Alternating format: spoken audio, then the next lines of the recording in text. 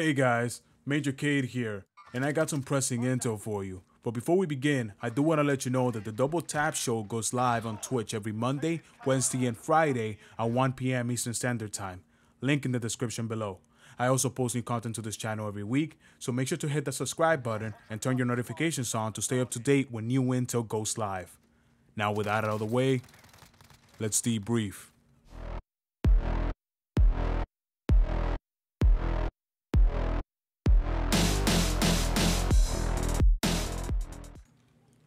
Getting off the X is a repositioning maneuver with one rule. That one rule is do not stand still when in the face of danger. In a gunfight, not repositioning will equal to you standing on the X. The X marks a spot where your enemy has the advantage. The advantage can be defined by many things, such as a better position, better cover, or the right weapon for the engagement. However, getting off is just a simple reposition that is quickly followed by re-engaging, but there needs to be some sort of reasoning behind it. It is more than just putting cover between you and the threat, because the enemy does stop knowing where you are just because they can't see you. This tactic, at its core, is meant to tip the scales, from a disadvantaged position to fair ground. If done right, you can even turn the entire situation towards your favor, because when you reposition, you force the enemy to do one of two things. Either you cement the enemy, forcing them to stay still so they can see where your next move is going to be, or you force them to follow you in a hot pursuit. They will then try to cover a vast distance in a short amount of time to prevent you from getting away and recovering. If they do push, their overconfidence will likely reveal an imprudent move, such as loud footsteps or slamming a door open. If this is the case, you will now know their position, and since you moved, they will not know yours. This would mean that they are officially on your X and should be met with absolute force. On the other hand, when you get off the X, you accomplish three things. The first one is that you buy yourself time and avoid a crushing defeat. A perfect example of this would be in an ambush situation, where the enemy has a clear sight of you and your team. They can output several bullets before you realize what's going on, and then finish you off by the time you pinpoint their location. Or you confuse them at short range. This happens in crowded areas, as there will be multiple locations as to where you might be. The third thing that happens is that you open possibilities for re-engagement. From here, what you do next is what will turn the tide to your favor. If the enemy has a better position, flank. If you're low on supply, loot. If his location is unknown, stand still and their movements will betray them. Getting off the X is extremely situational and is something that should always be on your mind. A default setting, a second nature. The only way to achieve this is through absolute situational awareness, knowing the terrain as well as enemy position is crucial. But this is not the end all and be all. It will not help you all the time. It's not some magical trick that will save you in the streets of downtown, but knowing this concept and applying it will give you a fighting chance, helping you get off that crucial spot that will earn you a one-way ticket to the gulag. Before we move on, there are a few counters that we need to talk about when it comes to getting off the X. The first one is open area.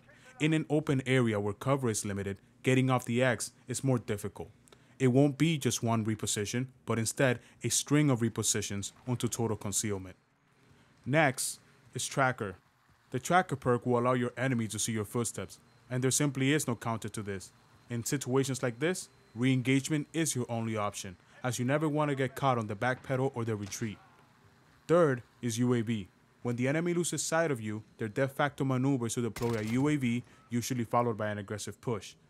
And even though that Ghost is a hard counter to this, remember that if one of your teammates is not running Ghost, then the entire team's position will be compromised.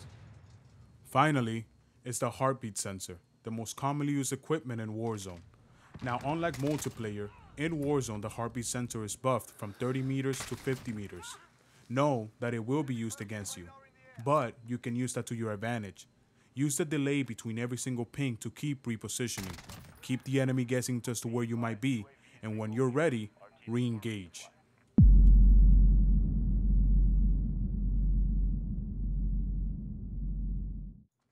Before I show you what to do, I first need to show you what not to do. Notice how he runs in a straight line instead of reaching for cover. I even get a reload in and send a text before I finish him off. This is what it looks like on the other side. I'm pinned down, cover is limited, the enemy clearly has a better position, and I still decide to push. Dumb move. It's important to know that the whole point of this tactic is to open up your options. When you do reposition, never re-engage from the same side. There are two parts to this maneuver, and first is the reposition and then the re-engagement. They are codependent and rely heavily on each other. Notice here how I get close to death, but the fact that I re-engage right after the reposition hands me the kill. In close quarter combat, you can make the enemy chase you, playing straight into your hands. The thought of killing you to them is just somehow irresistible.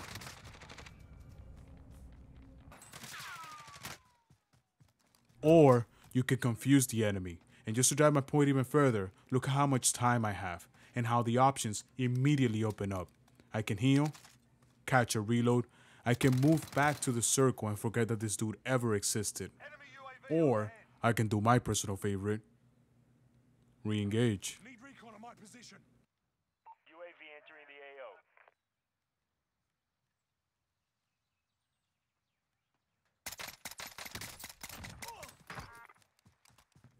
Remember, this tactic is meant to tip the scales.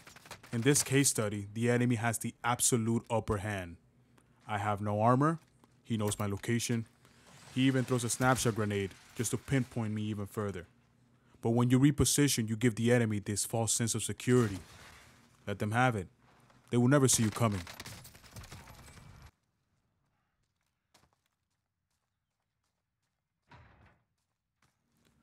Once you have mastered getting off the X, it's time to take it to the next level, from a defensive maneuver to an offensive tactic. In this case, it's best to re-engage from the same side, as the most common option is the one that the enemy will least expect.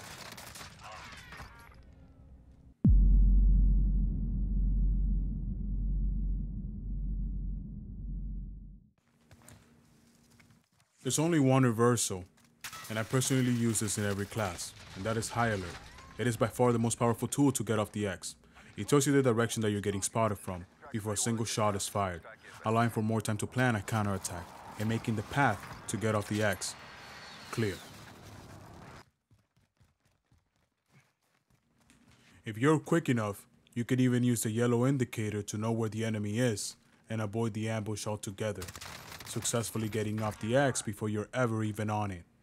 Meanwhile, giving the enemy the impression that they are entirely in control of the situation, as they will believe they have the drop on you, not knowing what danger awaits.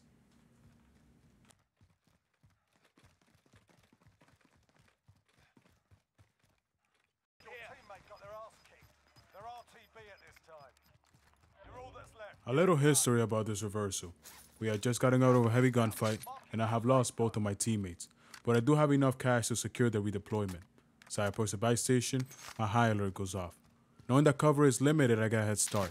And even though I get tagged, I am now in a location where I can use the cover to my advantage. Knowing where the enemy is coming from was crucial.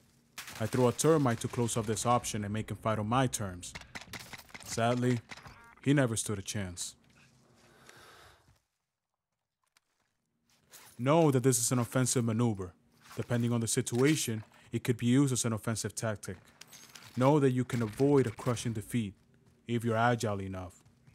Know that the path to victory is not always in a straight line. Know that the enemy will not expect this sort of strategy. The strategy is based on trading space for time. Time to plan and then execute. But if they do try to close that gap, know that their arrogance will be their defeat.